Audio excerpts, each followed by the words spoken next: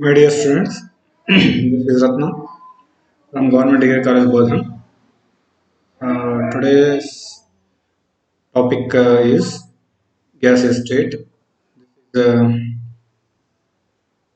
from first year BSc first semester syllabus. Basically, gas estate is what we to understand is we know that there are three different states of matter: gases, liquids, and solids. In routine life, we can observe these into our practical life. That gases are air particles which spread across and they float and they will be having very lot of freedom. Their existence is totally in gases from that's the reason why they float and they move randomly and they occupy a large volume. So their certain behavior is something different when compared to solids and liquids. So that is what we are going to study. And the kinetic theories and van der Waals equations and isotherms and how to liquefy gases by using different methods. So these are the main issues what we are going to discuss in this lesson. First of all, let us try to understand what our ideal gas is exactly.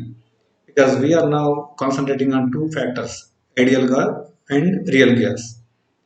So what is ideal gas? Ideal gas, as we call it as ideal, which does not exist in practice.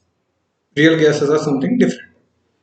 So, what do we mean by ideal gas? Ideal gas are the particles are very small, that they are considered to be very small in such a way that the total volume of the particles is almost negligible when compared to the total volume of the gas. That means if you take the volume of the gas, that is a big container, in a big container in a particular room, for example, then there is a gas. Then the actual mass or actual volume of the particles, the actual value of the particles is almost negligible, that is zero when compared to the total volume of the container. So this is the ideal condition. Ideal gases exhibit neither attractions nor repulsions between that molecule. That means they don't attract each other. That means one molecule is not in any kind of force with respect to the other molecule.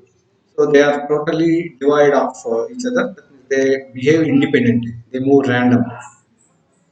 So they don't expect any attractional forces, nor they have any repulsion type of forces operating between them. And their particles, their collisions are almost elastic in nature. It is another point. Elastic means they bounce without any what attachment among them. So they are elastic. Their collisions they collide with each other. Ideal gases are in constant, rapid, random motion, as we are talking this earlier. So they are almost continuously moving. The particles are continuously moving, and they move in a random direction, that is not in a specific direction, and they also move very rapidly, and they never settle down because as far as gases molecules are concerned, they never settle down. They keep moving constantly. They are moving motion. They continue moving in a straight line until they hit a surface or another gas particle. So this is another ideal condition that when the particle is moving, then off without any external force. That means if it is either it should hit any particle, other particle, or it should hit any surface like any object, then it will change its direction. So after a hitting, that means after collision, it jumps back, bounces, and it will move in another direction with the same velocity. Ideal gases have kinetic energy that is directly proportional to their temperature. So this is another important factor that they possess kinetic energy because movement is possible with kinetic energy, and wherever there is a movement, any particle which is in motion is having kinetic energy that we know. So this kinetic energy is a dependent factor on temperature. So if temperature is increased, then kinetic energy also increases for ideal gas. So these are certain features or characteristics of an ideal gas. So already we are telling that ideal gas generally does not exist, because ideally this conditions, the first two conditions are very what difficult to understand, because which is practically not possible. So let us see how this problem occurs. Let us now look at the ideal gas equation. We know this is in the earlier classes in intermediate we already covered this, that Boyle's law, Charles law, Avogadro's law. These are the three important laws which are used to understand the ideal gas behavior. So when you take the properties of ideal gas, according to Boyle's law, the volume and the pressure both are inversely proportional to each other. Means with increase in volume, pressure decreases, or with the decrease in volume, pressure increases. So this is what at constant temperature and at constant what mole number. If you compare volume and pressure, they are inversely proportional to each other. That is the meaning of Boyle's law. The volume is inversely proportional to the pressure of the gas at constant temperature. P is directly proportional to 1 by P. And Charles law. Charles law tells that at constant pressure and of course constant number of moles, volume of any gas is directly proportional to temperature. That means if you increase temperature, then volume increases. So this is a very common observation. And if you decrease temperature, naturally volume should decrease. This is observed by Charles. So this is called Charles law. So V is directly proportional to T. Here you can see this. V is directly proportional to T. And what is Avogadro's law? That volume is directly proportional to number of moles at constant pressure and temperature. So if you take pressure and temperature which are remaining constant, then volume depends on only number of moles. If you keep increasing number of moles, then volume also increases. So in these three cases, you can easily understand that how volume of a gas depends on pressure, on temperature, on number of moles. So with pressure it is inversely proportional, whereas with temperature and number of moles it is directly proportional. So we can write like this. So V is directly proportional to Nt by P. That is, it is directly proportional to Nt and inversely proportional to P. That's why P is written in the denominator. So V can be taken as a constant value into Nt by P. So that is constant is nothing but gas constant, or where R Nt by P. Here P, if you take on the left side, PV is equivalent to nRT. So this is ideal gas equation. This we know very well. So PV is equal to nRT. Is the P is the pressure of the gas, V is the volume occupied by the gas, N is number of moles of the gas, R is the gas constant, T is the absolute temperature. This is what we call as a ideal gas equation. So in this particular PV is got nRT, you can call R as a universal constant, universal gas constant. So the value of universal gas constant is as given in this. You know this. It can be expressed in different what dimensions. If you express that in liter atmosphere, its value is 0.0821 liter atmosphere per mole per degree. Okay, everything is per mole per degree, but the values are taken in different units, in different dimensions. If it is taken x, then it is 8.314 x into 10 to the power of 7. And if you take it in joules, then 8.314 joules per mole per degree. Take in terms of calories, then it is 1.987, or approximately 2 calories per mole per degree. The gas constant R is very important and famous for ideal gas equation, that is PV is equivalent to nRT. This is what we just now discussed. What is this Boyle's law and what is Charles law and Gay-Lussac's law? Actually, we didn't discuss that, but that is another one. You see this Boyle's law. This how pressure volume is changing. So there is a curve pressure volume. With the increase in volume, pressure is decreasing, and if you decrease the pressure, volume is increasing. Whatever you do this, so both are move in opposite direction. That's why we always write P1 V1 is equal to P2 V2. That PV is constant. So pressure volume remains constant according to Boyle's law. So that is the product of pressure value PV. The multiplication or the product of P and V is always a constant, and there is an exponential change between pressure and value. Whereas if you look at the Charles law here, this is temperature and volume. Already we know that with increasing temperature, value is increasing. So this is how we can show both increase what in a straight direction. That is, they are proportional to directly proportional to each other. That's why whenever there is an increase in temperature, value is also increasing. And this is another Gilsak's law is the pressure and temperature. Of course, whenever there is an increase in temperature, pressure also increases. So temperature impact on ideal gas is that whenever temperature is increased, both the pressure and volume are increasing. So this is the point what we have to observe. So V1 by T1 is equal to V2 by T2, or P1 by T1 is equal to P2 by T2. Both are same because both temperature dependent factors, pressure and value. Whereas when you compare pressure and volume together, they are oppositely proportional to each other.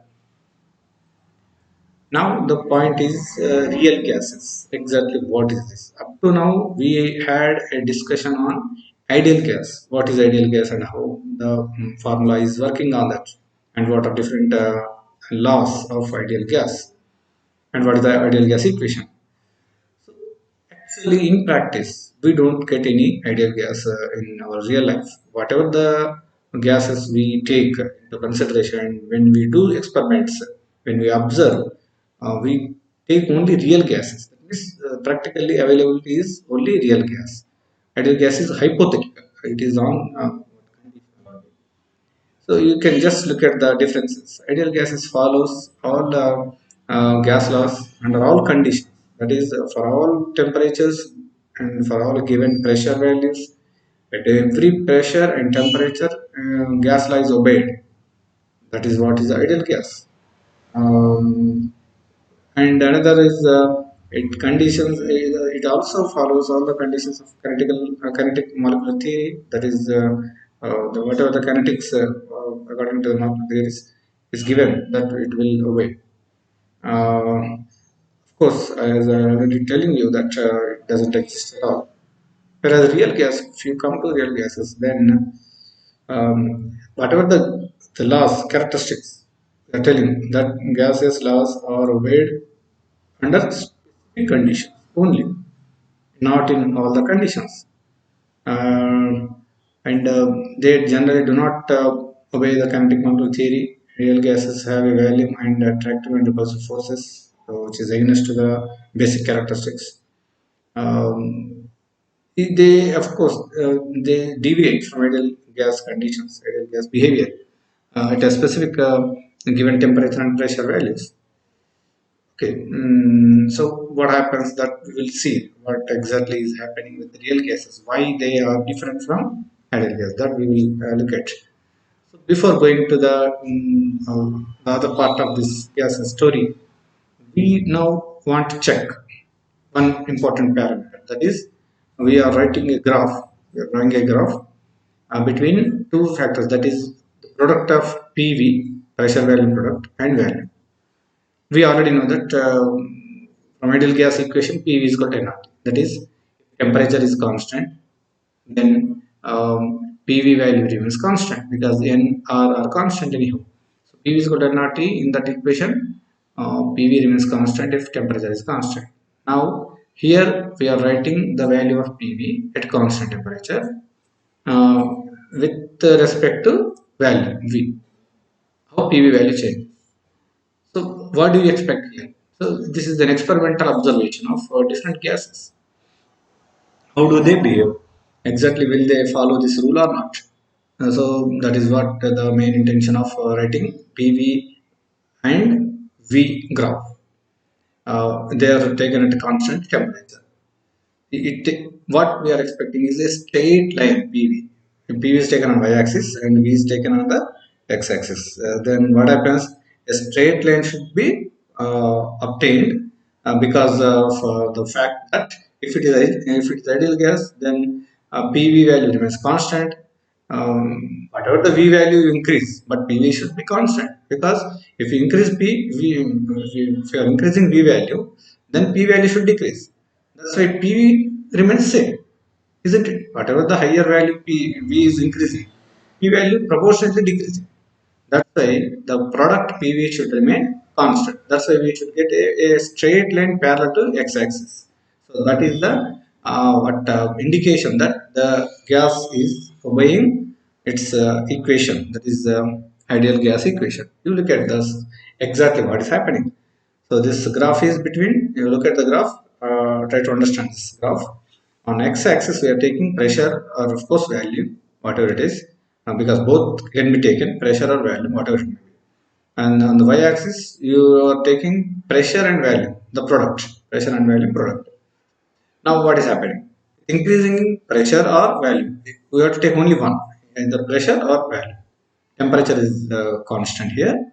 So when pressure or volume is increasing, then the PV curve for ideal gas, the PV curve is this. You see this straight line, which is parallel to x-axis. So this is a green color. So this is the particular ideal gas behavior, which should be a straight line parallel to x-axis.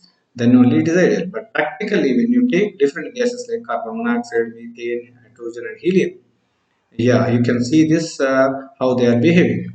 Most of the cases, almost all the gases except hydrogen, helium, remaining all gases first come down.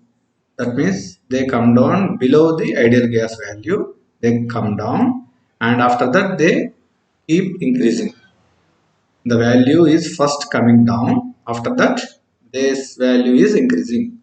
So this coming down, that is with respect to ideal gas, if it is coming down, then it is a negative value. If it is going up, it is a positive value. Or we can call this as negative deviation, isn't it? It is a negative deviation if it is behaving below ideal gas. And if it is moving above ideal gas, that is above this line, then it is called positive deviation. This is positive, upper side of this is positive, and lower side of this is negative. So ideal gas is like this. But no gas is showing any line like this except H2 and helium. All other gases first show a negative deviation, after that they show positive. At high pressures, or of course high value, whatever it is, the gases deviate to a greater extent. You can very clearly see that as pressure is increasing. You see here the pressure is increasing. Then what is happening? Ideality is now totally deviated. The lines are going very upside. That means the PV value is increasing continuously. So what is exactly happening? The PV values of gases are very much larger than the ideal PV value.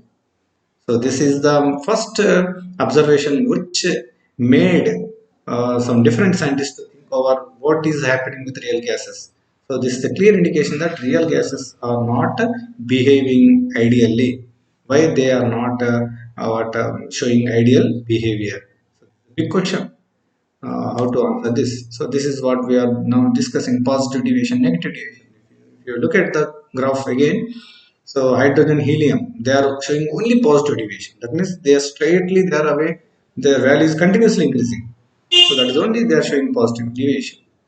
Whereas if you look at other gases other than hydrogen and helium, nitrogen, carbon dioxide, carbon monoxide, water, methane, and so many other gases, they first come down. That means there is a decrease in the negative deviation first they show. After that, positive deviation. So this is what the observation of deviation. So at higher values of pressure or volume, the deviation is very much high. Now, what are the reasons for this deviation of real gases from ideal behavior? Why real gases are behaving like this? What is the problem? Or where is the what miscalculation is going on? So this was a big question. The real gases obey gas laws or ideal gas equation at low pressures and high temperatures.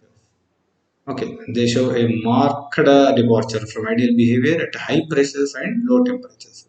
This was a clear observation when we look at this many other. So pressure should be low, temperature should be high. Then there is a what ideal behavior at low pressure and high temperature. But if you reverse that, that means if the temperature is low or pressure is high, then we see that there is a large deviation observed in real. So the big question already I'm telling that why this deviation is. So it was Mr. Van der Waals who was the pioneer and who did a lot of research on this and who did a lot of practical work on this gas behavior. Why these real gases are not following ideal conditions. So he thought that there are two important defects. You can call it as defect or corrections in ideal gas behavior. Already we had ideal gas characteristics of ideal gas.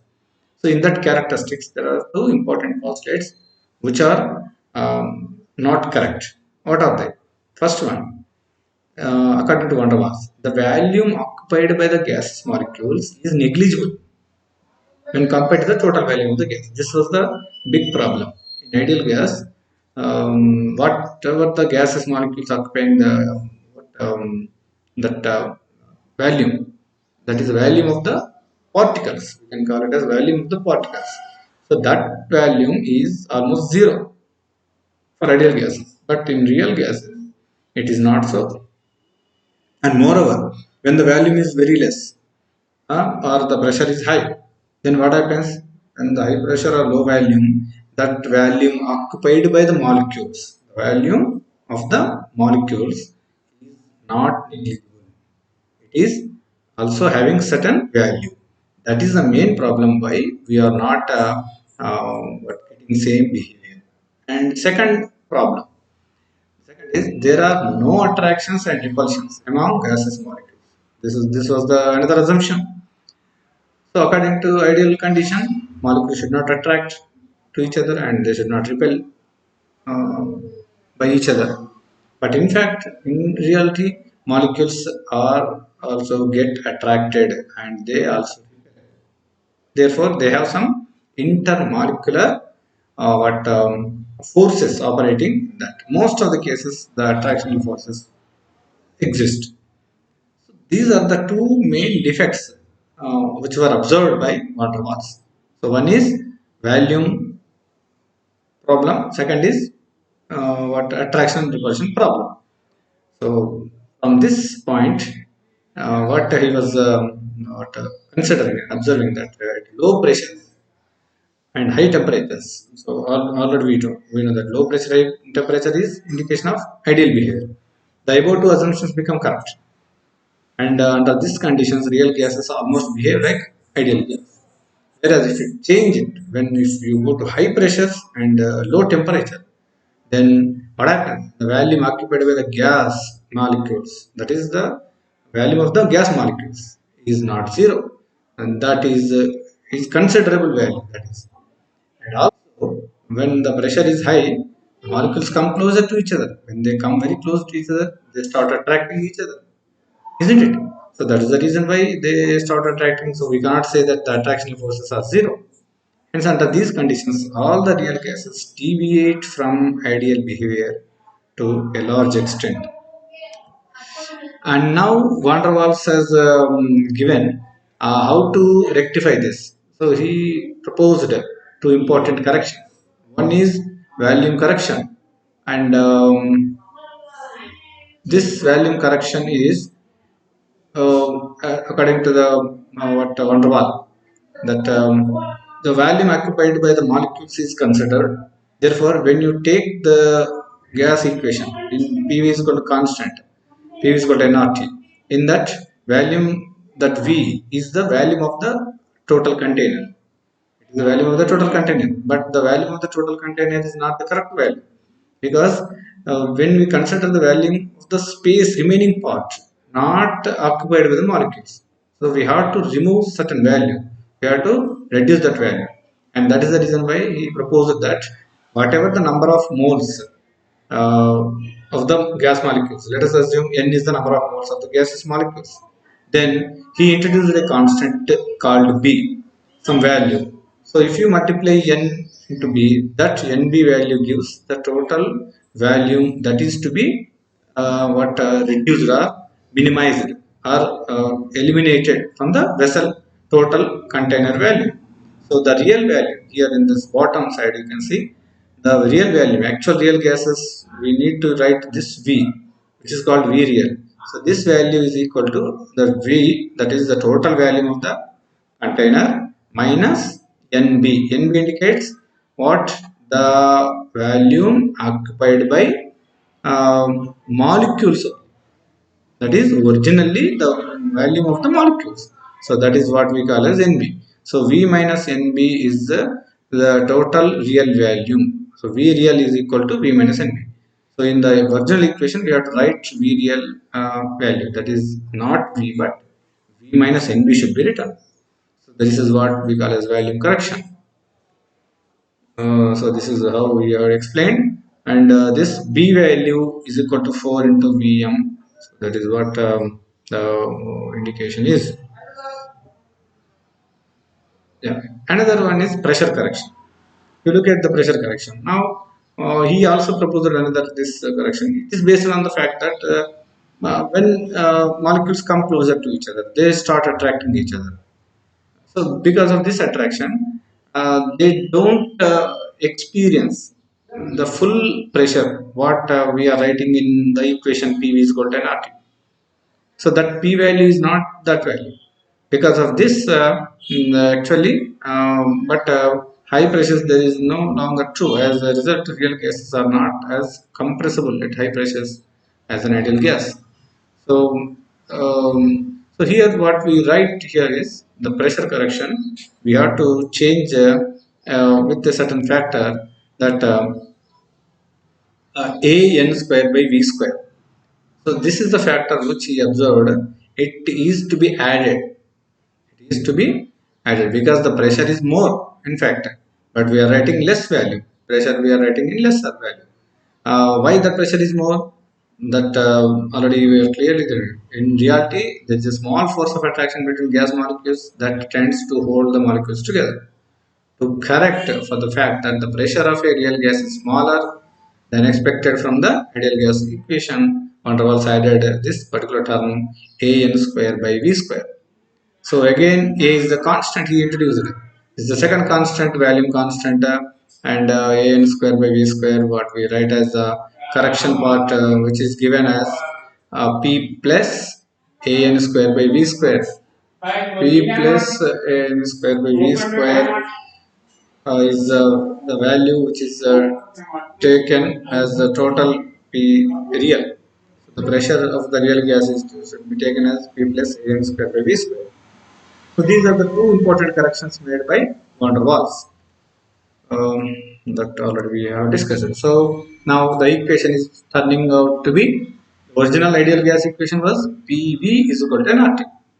But for p value and v value, we van der Waals made some suggestions, and that is what, according to the corrections, that p value is now written as p plus a n square by v square, and v value is taken as v minus nb. So volume correction and pressure correction. The total equation now written as p plus a n square by v square into v minus nb is equivalent to nRT. This is a real gas equation. This is also called as van der Waals real gas equation. So one famous derivation by van der Waals.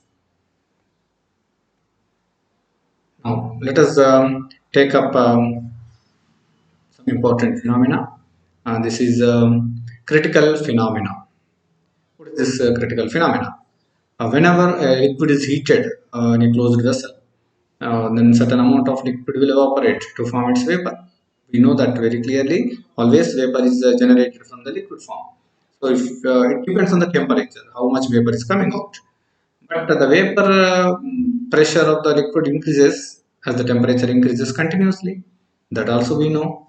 So as we are increasing temperature, the vapor pressure is increasing, but after a certain time, at a certain temperature, the distinction between liquid and vapor disappears.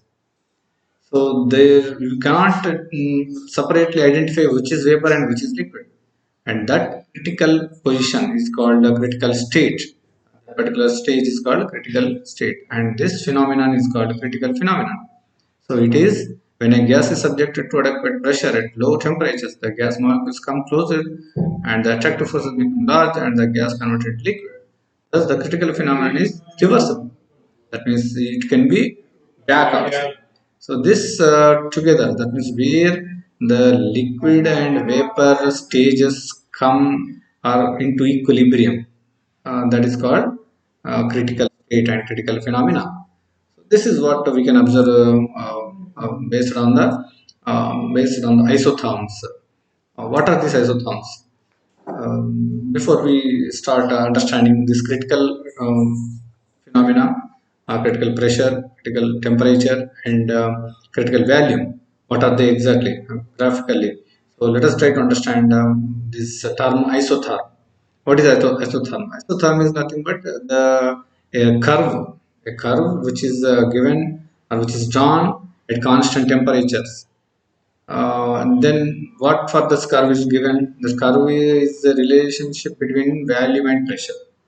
So volume pressure relationship at constant temperature, whatever that curve we give, we write that curves are called as isotherms. So Andrews first he studied for carbon dioxide gas, and he measured the volume of carbon dioxide at different pressures and at different constant temperatures also. He then plotted volume against pressure at different constant temperatures and has obtained number of isotherms. So that was a great achievement by Andrews to know what is the isotherms of carbon dioxide. You look at this. So this is the isotherms because we need to understand isotherms very interestingly. Based on this only we can easily understand what is critical point. So you see volume is on the x-axis and pressure is on y-axis, and isotherms are written on the red lines, are all red lines are isotherms for carbon dioxide. If you look at the temperatures, you see in the bottom side, 1, 2, 3, 4, 1, 2, 3. These are the four different stages. But you look at this at 13 degrees centigrade, there is a flat line, condensation region is flat line. And if you look at the 21 degrees centigrade, again same type of line, but the flatness is less. And if you look at the third line, thick line, it is passing just like this. And if you look at higher, that is above 31 degrees, and that is 35.5 or whatever it may be, 48, whatever it may be. So they are not touching this condensation state. That means no more they can be, but they cannot be converted into liquids. That's the main reason why. So 31 degrees is the lowest temperature, or we can call highest temperature, whatever it may be. If we go above 31 degrees for carbon dioxide, you cannot make liquid carbon dioxide. So this is called critical point where the existence of gas state and liquid state is possible. So this is the minimum temperature, which is the maximum limiting temperature, exactly where this interconversion is possible. So if you come down, only liquid form is possible. If you go up, only gaseous form is possible. But at 31, both liquid and gas coexist. That is the main reason why it is called critical point. So how to define this critical terminology? For example, critical temperature. Already we have seen this. It is defined as the characteristic temperature of any gas at which increase in pressure means liquefaction of gas above which no liquefaction occurs, although the pressure may be increased manifold. That means if you cross this temperature, then it will not be showing any um, liquefaction of the gas. So for carbon dioxide, it is 31.1 degree centigrade. which is critical temperature. So above this temperature, gas cannot be converted into liquid. So that is the main point what we need to understand. Uh, this is what critical temperature. So look at this diagram again. So above this particular, here it is 31.1 degrees centigrade. Above this, you cannot find any liquid. This is liquid form. Green shade is liquid form. So above 31 degrees, there is no green shade. No more this possible. And what is critical pressure and what is critical value? It is defined as the minimum pressure required to liquefy 1 mole of a gas present at its critical temperature. So what is the pressure required to liquefy 1 mole of gas when it is at critical temperature? That pressure is called critical pressure. And again, the volume occupied by 1 mole of gas when its critical pressure and its critical temperature are maintained. So at critical pressure, at Tc and at Tc, 1 mole of gas, if you take whatever the volume occupied by the 1 mole of gas is called critical value. So critical temperature itself is the main point. Once critical temperature is fixed, then the remaining two are simply followed aspects of critical temperature. So this is how we define critical temperature, critical pressure, and critical value. So critical temperature is the temperature above which liquefaction is not possible. Pressure means at critical temperature, 1 mole of gas is to be liquefied into liquid form. So whatever the pressure, minimum pressure required to liquefy 1 mole of gas at critical temperature, that pressure is called critical pressure. And the critical volume is it is the volume of the 1 mole of gas occupied when critical temperature, critical volume, critical pressure is maintained. A gas is said to be in its critical state when its pressure, volume, and temperature are Pc, Pc, Tc. If critical pressure, critical volume, critical temperature, three are maintained, then that state is called critical state. So this is what we call as a critical phenomenon. Okay.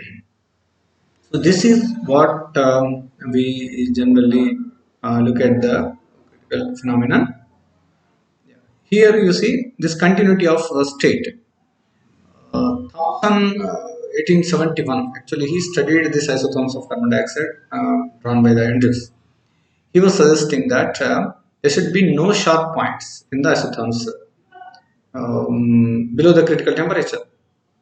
Okay, these isotherms should really exhibit a complete continuity of state from gas to liquid.